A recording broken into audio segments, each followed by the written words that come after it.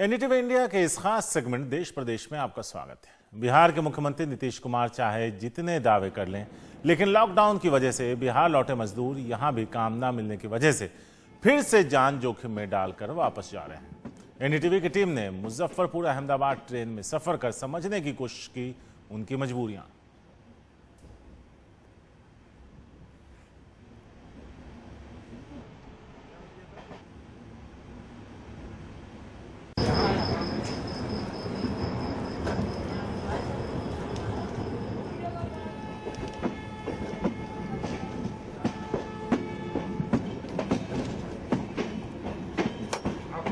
कभी जान जोखिम में डाल के जा रहे हैं आप लोग? क्या करें, 5-5 को परिवार को कौन खिलाएंगे, कितने दिन कर्ज लेके खिलाएंगे, तकलीफ तो वो भी है। मधुबनी जिले के बेनीपुर के उमेश दास फिर से अहमदाबाद जा रहे हैं। गांव में काम नहीं मिला, उनकी तरह के हजारों मजदूरों की यही कहानी है, नए सिरे से वापसी। गनीमत बस यह है कि बहुत से लोगों का टिकट कंपनी वाले दे रहे हैं। यहाँ कोई रोजगार नहीं है, यहाँ रोजगार नहीं है। 5-6 महीने से बैठा हूँ, इसलिए उधर बुलाया है, आ जाओ।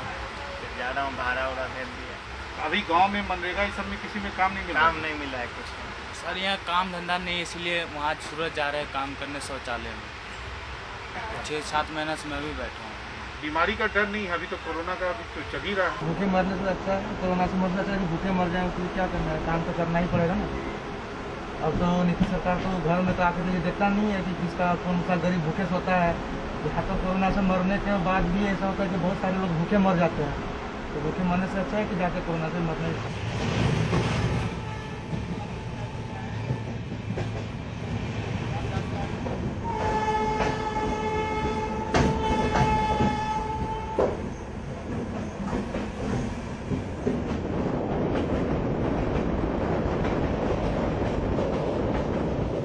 कुछ लोग तो ऐसे हैं जो इसी महीने आए और 3 हफ्ते में उन्हें अंदाजा हो गया कि यहाँ काम नहीं मिलेगा, ना मनरेगा में और ना किसी और स्कीम में। रोजगार की तलाश में आए थे कि हम अपने गांव में आ जाएंगे तो कुछ रोजगार मिल जाएगा, लेकिन सर यहाँ हम कम से कम 25 दिन हो गया, लेकिन हमको कोई रोजगार मिला नहीं।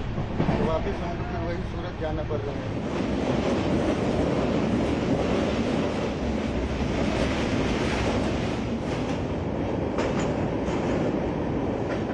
कुछ मजदूर मानते हैं कि कोरोना का डर है, लेकिन क्या करें।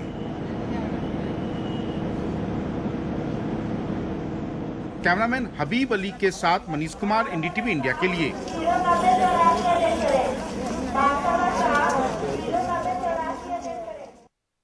और मनीष कुमार है हमारे साथ इस बारे में ज्यादा बात करने के लिए। मनीष, अगर देखें तो हर स्तर पर सरकारें नाकाम रही हैं। अगर हम देखें यहां की हालत, बिहार की तस्वीर हो या फिर यूपी की तस्वीर हो या दूसरे राज्यों की, अब रिवर्स पलायन शुरू हो गया है। इसके बावजूद कि नंबर्स लगातार बढ़ रहे हैं और कोरोना का खतरा हर गुजरते दिन के साथ बड़ा होता जा रहा है। शायद सरकारों के इस उदासीनता की वजह यह होगी कि जब उन्हें पता हो कि काम की बदौलत वोट नहीं मिलने, वोट के लिए कई दूसरे फैक्टर्स काम करते हैं, तो शायद इसीलिए इस तरह की तस्वीर सामने आती।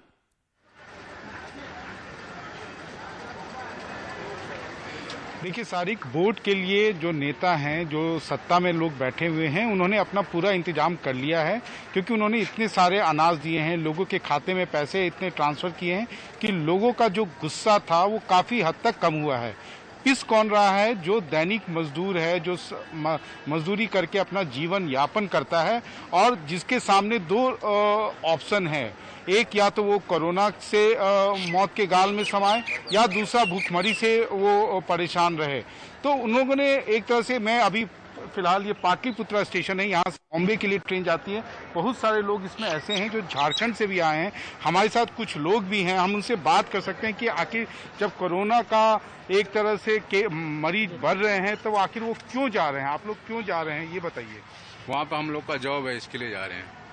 डर नहीं है, बीमारी का डर नहीं है? बीमारी का डर, बीमारी से लड़ना है ना, सैनिटाइजर हाथ में रखे, मास्क पहने, सेफ्टी से रहे, यही है। अभी यहाँ थे, काम मिला या नहीं मिला? यहाँ पे तो काम नहीं है हम लोग के लायक। आप लोग ये बताओ क्यों जा रहे हो? कंपनी में काम करने जा रहे हैं सर, इधर तो कोई काम तो मिलता है नहीं, तो हम लोग इसलिए कंपनी जा रहे हैं। डर नहीं है? जब पेट में खाना ही नहीं रहेगा तो साला डर किस बात का सर। तो यही एक मजबूरी है सारी कि जब पेट में अगर दाना नहीं रहेगा तो फिर डर किस बात का। तो लोगों ने एक तरह से बीमारी से अपना डर निकाल लिया है और लोगों ने यही सोचा है कि ठीक है, पहले पेट में अन्न का इंतजाम कर लेते हैं, बाद में देखेंगे अगर बीमारी होगा तो उससे भी निपट लेंगे। लेकिन सच्चाई यही है कि जो ये प्रवासी मजदूर वापस आ रहे थे तो बिहार में जो सरकार ने जो दावे किए थे वो दावे कहीं ना कहीं धरे के धरे रह गए हैं। नीतीश कुमार ने स्किल मैपिंग कराई, लेकिन उसमें से एक उनका ये कहना है कि 2 लाख लोगों को जॉब कार्ड दिया गया, 2 लाख लोगों को मनरेगा के तहत काम दिया गया, लेकिन ये संख्या 35 लाख थी।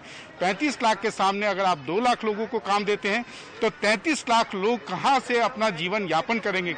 और यह भी एक सच्चाई है सारी कि हर व्यक्ति मनरेगा में काम नहीं कर सकता है, क्योंकि जो स्किल्ड वर्कर है वो आखिर कैसे कुदाल उठाएगा।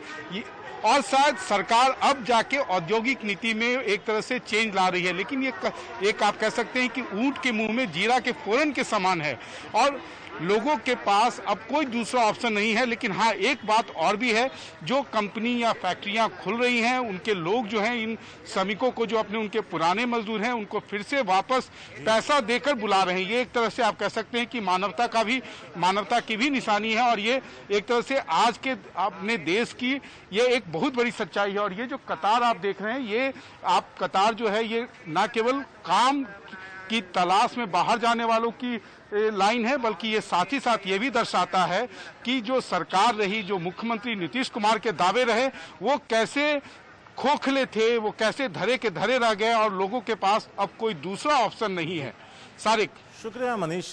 बिहार की बात हो, यूपी की बात हो, हर तरफ बदहाल व्यवस्था की तस्वीर है और यही वजह है कि कोरोना के इस काल में, जब कोरोना के मामले लगातार बढ़ रहे हैं कोविड-19 के, उस बीच लोग फिर वापस उन्हीं जगहों से लौट रहे हैं जहां से बचकर या फिर कहें जहां से निकलकर संघर्ष करते हुए वो अपने गांव तक पहुंचे थे। लखनऊ में यूपी कांग्रेस अल्पसंख्यक सेल के चेयरमैन शहनवाज आलम की गिरफ्तारी के बाद हजरतगंज थाने में नारेबाजी कर रहे कांग्रेस कार्यकर्ताओं पर पुलिस ने लाठीचार्ज किया। शहनवाज को सीएए एनआरसी के खिलाफ 19 दिसंबर को लखनऊ में हुई हिंसा के मामले में नामजद किया गया। शहनवाज आलम की गिरफ्तारी के बाद प्रदेश अध्यक्ष अजय कुमार लल्लू और कांग्रेस विधायक दल की नेता आराधना मिश्रा के नेतृत्व में कांग्रेसी हजरतगंज थाने पहुंचे थे। वो अंदर पुलिस से बातचीत कर रहे थे, तभी बाहर कुछ कार्यकर्ताओं ने नारे लगाने शुरू किए और पुलिस डंडे लेकर उन पर टूट पड़ी।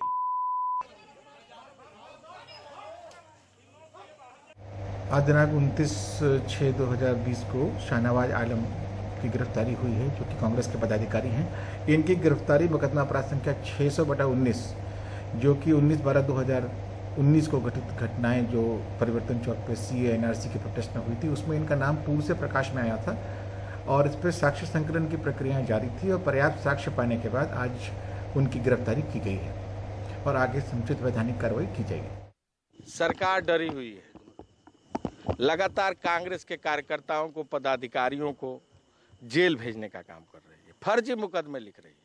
आप जनता की आवाज को दबा देंगे, मजदूर, कमजोर किसानों की आवाज को दबा देंगे। कांग्रेस का कार्यकर्ता डरने वाला नहीं। कुछ देर का समय दीजिए, हम जांच कर रहे हैं। अगर जांच के उपरांत हमारे पार्टी के अध्यक्ष को छोड़ा नहीं गया तो आंदोलन होगा। परिणाम जो भी होगा, पार्टी का एक एक कार्यकर्ता जेल जाएगा, लेकिन इनके दमन के खिलाफ लड़ाई लड़ेगा और मजबूती से लड़ेगा। टिड्डियों का दल ताज नगरी आगरा पहुंच गया है। इससे ताजमहल पर भी खतरा बना हुआ है। प्रशासन टिड्डियों के झुंड से निपटने की कोशिश में लगा है। टिड्डियों के हमले से किसान और कृषि विभाग की नींद उड़ी हुई है। ऐसे में कोशिश ये है कि इस टिड्डी के दल को यहां से आगे की तरफ रवाना किया जाए या फिर मार डाला।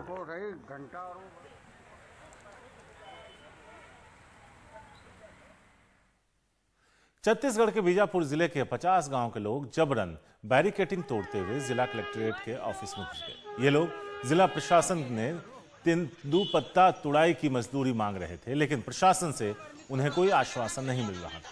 लॉकडाउन से सुदूर ग्रामीण इलाकों की आर्थिक सेहत बेहद खराब है। ऐसे में इनके पास अपनी मेहनत मजदूरी का पैसा मांगने के अलावा विकल्प नहीं बचा था। जब प्रशासन ने इनकी बातें नहीं सुनी तो 50 गांव के लोग एकजुट हुए और फिर चरपाल गांव से बड़ी भीड़ के रूप में 25 किलोमीटर पैदल चलते हुए जिला मुख्यालय बीजापुर पहुंचे थे।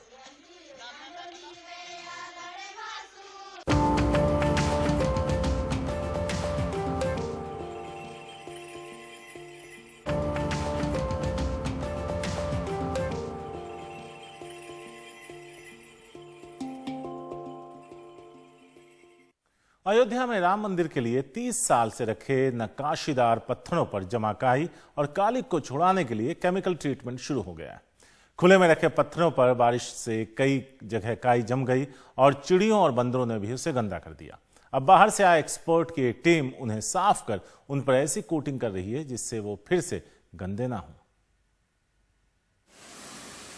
मंदिर में लगाने से पहले मानो इनका भी स्नान हो रहा हो। 30 बरस की मैल इन पे जमा है। सितंबर 1990 में अयोध्या में राम मंदिर के लिए ये पत्थर आना शुरू हुए थे। सफाई से पहले और सफाई के बाद इन पत्थरों में बहुत फर्क नजर आता है। मैं पहले इसको पानी मारा, पानी से काफ़ी साफ़ किया। साफ़ करने के बाद थोड़ा बहुत था तो इसे केमिकल से साफ़ किया मैंने।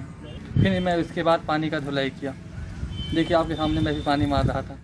इन पत्थरों ने 30 बरस में सारे मौसमों का 30-30 बार जरूर सामना किया होगा और हजारों बार की बारिश भी देखी होगी जो इन पे कालिक और काई जमाती है। इनके दर्शन को आए लाखों लोगों में तमाम ऐसे भी हैं जो इन पे अपना नाम पता लिख जाते हैं। पत्थरों को साफ कर उन पे ऐसी कोटिंग भी की जा रही है कि बाद में ये फिर गंदे ना हो। आप देखेंगे यहाँ पर ये पानी से वॉशिंग हो रही है। काफ़ी एल्गी है इसके अंदर, काफ़ी पानी से निकल जाता है। थोड़ा बहुत जो रह जाता है वो थोड़े केमिकल लगाते हैं।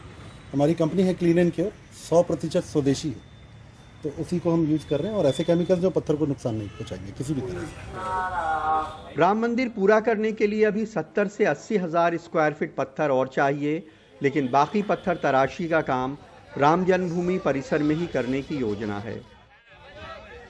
अभी कार्यशाला में मंदिर के ग्राउंड फ्लोर के 106 खंभे नक्काशी के साथ तैयार हैं, जिन पे 1696 मूर्तियां अभी तराशी जानी हैं।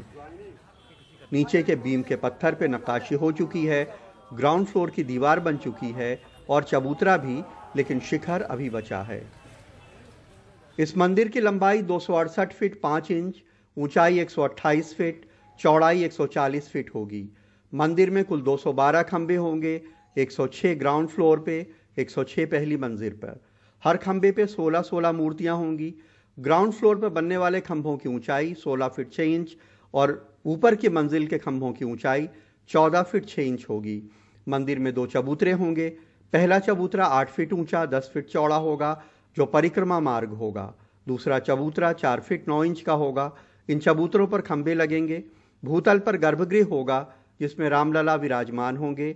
ऊपर राम दरबार होगा। एक और भी विषय आ रहा है कि हो सकता है कि कार्यशाला ही स्थानांतरित करके वहां पहुंचाई जाए, क्योंकि यह दूरी जो है लगभग 4 से 5 किलोमीटर की पड़ रही है वहां ले जाने के पत्थरों को, और अगर वहां पर स्थापित होगा तो वो हमारे नज़दीक हो जाएगा। मंदिर का मॉडल देखोगे आप लोग। लॉकडाउन खुलने के बाद भी अयोध्या में तीर्थयात्रियों की तादाद पहले के मुकाबले 10% भी नहीं है। अब व्यापारी मना रहे हैं कि जल्दी मंदिर का काम शुरू हो ताकि कुछ लोग यहाँ आए। बाजार की स्थिति बहुत डाउन है, पब्लिक आ नहीं रही, दर्शनार्थी हो नहीं रहा, लड्डू पेड़ा प्रसाद नहीं चढ़ रहा है। इससे स्थिति बहुत डाउन हो रही है। इसमें 1 तारीख से पहला जैसे चल रहा है कि 1 तारीख से यहाँ बंद होने वाला है, बाहर की पब्लिक नहीं आ सकती यहाँ पे। अयोध्या में भूमि पूजन के बाद ही मंदिर का काम वहाँ शुरू हो पाएगा, जिसके लिए ट्रस्ट के लोग प्रधानमंत्री से वक्त चाहते हैं, लेकिन एक्सपर्ट कहते हैं कि बारिश में वहाँ कुछ भी होना मुमकिन नहीं है।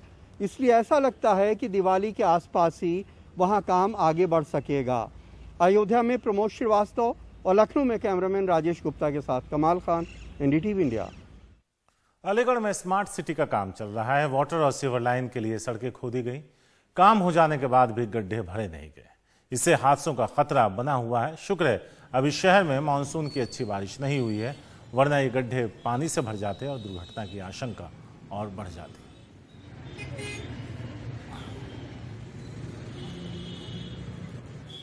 केंद्रीय मंत्री और जोधपुर के सांसद गजेंद्र सिंह शेखावत एक सड़क दुर्घटना के दौरान 2 घायल लोगों की मदद करते दिखे। जोधपुर में सफर के दौरान गजेंद्र सिंह शेखावत ने 2 लोगों को सड़क के किनारे घायल देखा तो अपनी गाड़ी रोककर वो मदद के लिए आगे और उन दोनों तक मदद पहुंचाई। जानकारों के मुताबिक इस दौरान उन्होंने घायलों को अस्पताल पहुंचाने में भी मदद की।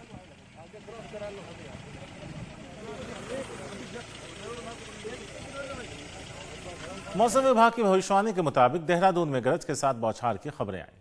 देहरादून में सोमवार को लगातार दूसरे दिन बारिश होने से गर्मी और उमस से राहत मिली। उत्तराखंड में अगले 4-5 दिन लगातार बारिश की संभावना जताई जा रही है। मौसम विभाग ने जुलाई महीने के शुरुआती दिनों में भी प्रदेश के 3-4 जिलों में भारी बारिश की संभावना जताई।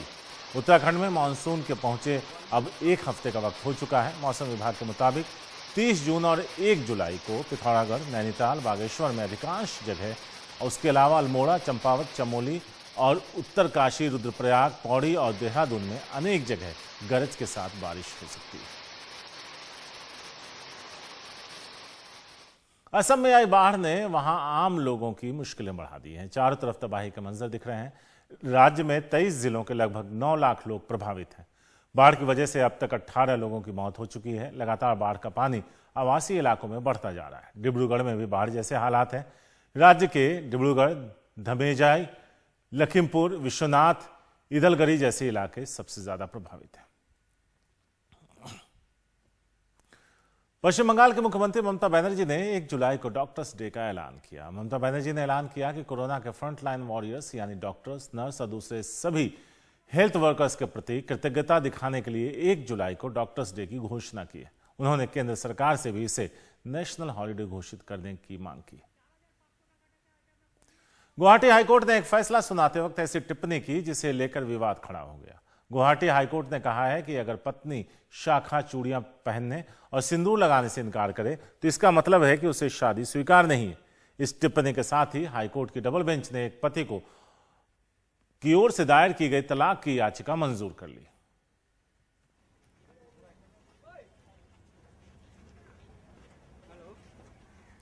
देश में कोरोना के 5,66,880 मामले हो गए हैं। कोरोना से अब तक 16,893 लोगों की मौत हुई। पिछले 24 घंटे का जिक्र करें तो थोड़ी कमी है। 18,522 नए मामले सामने आए, 418 की मौत हुई। करीब 3,35,000 लोग ठीक भी हुए हैं और रिकवरी रेट 59.06% है।